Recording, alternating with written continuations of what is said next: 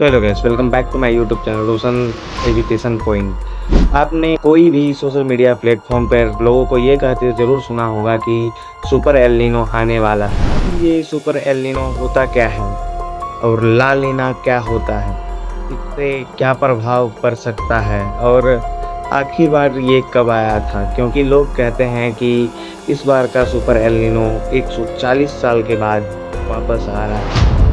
आज की वीडियो में हम यही जानेंगे। वीडियो में लास्ट तक बने रहे और चैनल को सब्सक्राइब करें।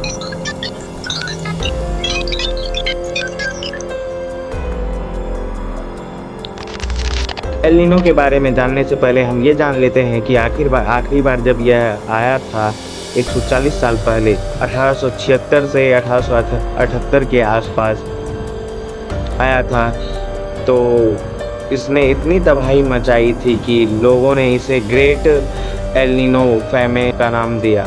इसने भारत, चीन, ब्राज़ील, मिस्र, मोरस्को, इथियोपिया, दक्षिण अफ्रीका, कोलंबिया जैसे बहुत से देशों में तबाही मचाई और मिलियंस ऑफ पीपल मारे गए। भारत में लगभग 1.22 करोड़ से 2.93 करोड़ लोग मारे गए। चीन में लगभग 1.95 करोड़ से 3 करोड़ लोग मारे गए और ब्राज़ील में लगभग 20 लाख लोग मरे। कुल मिलाकर दुनिया में 5 करोड़ यानी 50 मिलियंस ऑफ पीपल मारे गए, जिससे दुनिया को बहुत भारी नुकसान हुआ। बहुत लंबे समय तक सूखा पड़ा रहा, फसलें खराब हो गई, खाने की भारी कमी, अकाल देखने को मिला, पानी की कमी, बीमारी और कुपोषण जैसी समस्याओं का सामना लोगों को करना पड़ा। कहते हैं कि उस सुपर एल नीनो ने इतना तबाही मचाया कि दुनिया की लगभग 3% आबादी खत्म हो गई। आप इस बात से इसका अंदाज़ा लगा सकते हैं कि आखिर वो कितना बड़ा होगा कि दुनिया की 3% आबादी ही खत्म कर दी। इसे मानव इतिहास का भयानक प्राकृतिक आपदा में से माना जाता है। Last time super El Nino यही 2015 से 16 के बीच में आया था और सिर्फ एल नीनो तो 2023 से 24 के बीच में आया, जिसके कारण हमें 2024 में काफ़ी ज़्यादा गर्मी का सामना करना पड़ा। एल नीनो क्या होता है और ला नीना क्या होता है, सुपर एल नीनो क्या होता है, ये हम एक मैप पे समझेंगे। तो चलिए, सबसे पहले हम समझते हैं कि नॉर्मल स्थिति में होता क्या है। ये है, इस जगह पे है पेरू और ये पूरा क्षेत्र है चिली का, और ये है ऑस्ट्रेलिया और ये क्षेत्र है इंडोनेशिया, और हम जानते हैं कि ये पूरा क्षेत्र है एशिया, और ये है पैसिफिक ओशियन यानी प्रशांत महासागर। नॉर्मल स्थिति में जब सूर्य की हीट इस समुद्र के पानी पे पड़ती है, तब उस हीट के कुछ हीट को ये समुद्र का पानी अपने अंदर एब्जॉर्ब कर लेता है और ऊपर का सरफेस का वाटर गर्म हो जाता है। इतना तक अगर कॉन्सेप्ट क्लियर है तो आगे। नॉर्मल स्थिति में पेरू और चिली की ओर हाई प्रेशर एरिया बनता है और वहाँ का टेम्परेचर कम होता है, यानी वहाँ पानी ठंडा रहता है। वहीं दूसरी तरफ ऑस्ट्रेलिया और इंडोनेशिया की तरफ लो प्रेशर एरिया बनता है और वहाँ का टेम्परेचर ज़्यादा होता है, यानी पानी गर्म रहता है। अब प्रेशर डिफरेंस के कारण और हमने भूगोल में भी जाना है कि हमेशा हाई प्रेशर से लो प्रेशर की ओर हवाएं चलती है।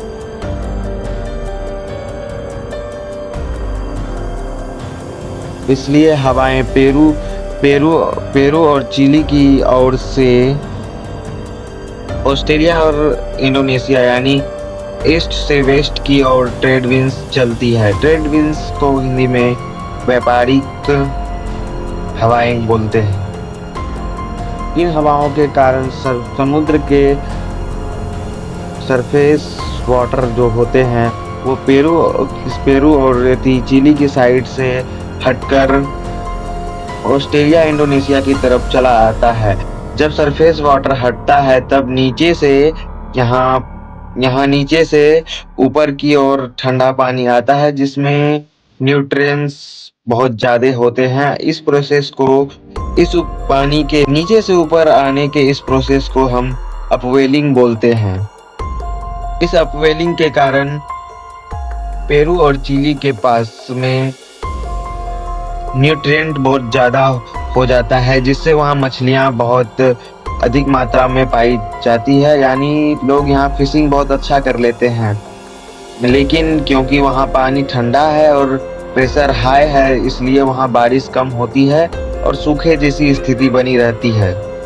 दूसरी तरफ वहीं ऑस्ट्रेलिया और इंडोनेशिया की तरफ जो वार्म वाटर जमा होती है वहाँ टेम्परेचर ज़्यादा होने के कारण तेजी से वाइब्रेट होता है जिससे बड़े बड़े बादल बनते हैं और वहाँ भारी बारिश होती है। इसका असर हमें एशिया और इंडिया के मॉनसून पर भी देखने को मिलता है। सामान्यतः अच्छी बारिश होती है। इस स्थिति में तो यही होता है कि हवाएं ईस्ट से वेस्ट की ओर आती है और यहाँ अपवेलिंग होती है जिसके कारण इधर मछली फिशिंग अच्छी होती है और क्योंकि यहाँ की हवाएं ठंडी है तो इस साइड में बारिश कम होने के कारण यहाँ सुखाड़ जैसी स्थिति होती है और यहाँ क्योंकि हवाएं गर्म होती है, बादल बनती है और बारिश होता है तो इस क्षेत्र में बारिश अच्छी होती है और सुखाड़ बहुत कम होता है। मतलब सुखाड़ तो नहीं ही होता है। अब हम समझते हैं कि एल नीनो क्या है। तो एल नीनो के दौरान ये ट्रेड विंड्स कमजोर हो जाती है। जो हवाएं इस ईस्ट से वेस्ट की ओर आ रही थी वो अब वेस्ट से ईस्ट की ओर चलने लगती है, यानी अब हवाएं कमजोर हो जाती है और ये जो अपवेलिंग का प्रोसेस था ये ना के बराबर होने लगता है, यानी मान ले तो बंद ही हो जाती है। इन हवाओं और ये वार्म वाटर ऑस्ट्रेलिया इंडोनेशिया से पेरू और चिली की तरफ आ जाती है। इससे पेरू की साइड जो अपवेलिंग हो रही थी वो कम हो जाती है। जब अपवेलिंग बंद हो जाती है तो ठंडा पानी ऊपर नहीं आता और वहाँ सरफेस वाटर बहुत गर्म हो जाता है जिसके कारण वहाँ पहले सूखा था लेकिन अब यहाँ बारिश होने लगती है और कभी कभी बारिश इतनी मात्रा में हो जाती है कि इस साइड में हमें बाढ़ जैसी स्थिति देखने को मिल जाती है। सोचिए जहाँ पहले सुखाड़ था अब वहाँ बाढ़ जैसी स्थिति हो जाती है, इतना ज़्यादा बारिश होता है। वहीं दूसरी तरफ ऑस्ट्रेलिया इंडोनेशिया में जहाँ वार्म वाटर कम हो जाता है जिससे वहाँ इवापोरेशन कम हो जाता है और सूखे जैसी स्थिति बन जाती है। इसका असर हमें इंडिया के साथ साथ एशिया के मॉनसून को भी देखने को मिलता है। अब हम समझते हैं कि ला नीना क्या होता है। ला नीना के दौरान ट्रेड विंड्स बहुत ज्यादा मजबूत हो जाती है।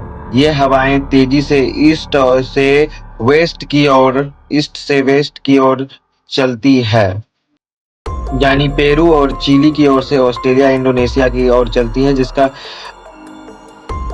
है। इन स्ट्रॉन्ग विंड्स के कारण सरफेस वाटर और ज़्यादा तेज़ी से ऑस्ट्रेलिया और इंडोनेशिया की तरफ चला जाता है जिससे पेरू साइड पर अपवेलिंग बहुत तेज हो जाती है और नीचे से बहुत अधिक मात्रा में ठंडा पानी ऊपर आता है। इसे पेरू और चिली के पास पानी और ज़्यादा ठंडा हो जाती है जिससे वहाँ बारिश बहुत कम होती है और सूखा बना रहता है। लेकिन दूसरी तरफ ऑस्ट्रेलिया इंडोनेशिया में वार्म वाटर बहुत ज़्यादा मात्रा में जमा होता है जिससे इवापोरेशन बहुत तेज़ी से होता है। वहाँ बहुत भारी बारिश होती है जिसका असर हमें इंडिया के साथ साथ एशिया भर के मॉनसून पर देखने को मिलता है। ये जो ठंडी हवाएं इधर से इधर आती है ये गर्म हवाएं को ठेल कर इधर ला देती है जिसके कारण अच्छी इवापोरेशन के कारण बादल बनते हैं और हमें इंडिया के साथ साथ पूरी एशिया में अच्छी बारिश देखने को मिलती है। और सबसे इम्पोर्टेंट टॉपिक हमारा है कि सुपर एल नीनो क्या है। जब एल नीनो के दौरान के सरफेस वाटर का टेम्परेचर सामान्य से लगभग 2 डिग्री सेल्सियस या उससे भी ज़्यादा बढ़ जाता है, तब उसे सुपर एल नीनो की कैटेगरी में रखा जाता है। एल नीनो का बहुत ही शक्तिशाली रूप होता है। इसका असर पूरी दुनिया के क्लाइमेट पर गंभीर रूप से देखने को मिलता है। इतना देखने के बाद तो आप समझ ही गए होंगे कि सुपर एल नीनो से बहुत ज़्यादा गर्मी होती है। तो इससे कैसे बचाव हम कर सकते हैं? जब हमें पता चले कि सुपर एल नीनो आने वाला है, तब हम पानी को कम खर्च करें, यानी पानी स्टोर करें। और सुपर एल नीनो को तो रोका नहीं जा सकता, लेकिन फिर भी इससे बचाव किया जा सकता है। दोपहर 12 बजे से 4 बजे के बाद निकलें, हल्के ढीले कपड़े पहनें और ORS नमक शक्कर वाला पानी पिए। घर में ठंडक रखें, कूलर पंखा पड़ दे। और गर्मी से बचाव के लिए आप लोग जो चीज़ का यूज़ करते हैं, जैसे सनस्क्रीन और सन ग्लासेस जैसी चीज़ों का यूज़ करते रहें। ज़्यादा पानी बर्बाद ना करें। घर में रेन वाटर हार्वेस्टिंग करें, पानी स्टोर करें। तो बात रही किसान की, किसान इससे कैसे बच सकते हैं? सरकार पहले ही किसान को अवेयर कर दें कि एल नीनो आने वाला है, और किसान वैसी फसल लगाएं जिसमें कम पानी लगती है, जैसे बाजरा, ज्वार, दालें। धान जैसी फसलें ज़्यादा पानी मांगती है, इसीलिए कम पानी वाली फसलें लगाएं। क्योंकि एल नीनो जो है वो हमारे मॉनसून को प्रभावित करता है। उम्मीद करता हूँ कि आप समझ गए होंगे कि सुपर एल नीनो, ला नीना और एल नीनो क्या है और इससे कैसे बचाव किया जा सकता है, और इससे किस तरह की तबाही हो सकती है। और एक इम्पोर्टेंट बात कि आप अभी देख रहे होंगे कि दुनिया की सबसे 20 हॉटेस्ट सिटी में से 19 इंडिया की ही है। आखिर ऐसा क्यों हो रहा है? और बिना मौसम के बरसात हो रहा है, ऐसा क्यों हो रहा है? इस चीज़ को हम अगली वीडियो में जानेंगे। अगर वीडियो आपको अच्छी लगी तो वीडियो को लाइक और चैनल को सब्सक्राइब कर लीजिएगा। मिलते हैं अगली वीडियो में। अभी तब तक के लिए धन्यवाद।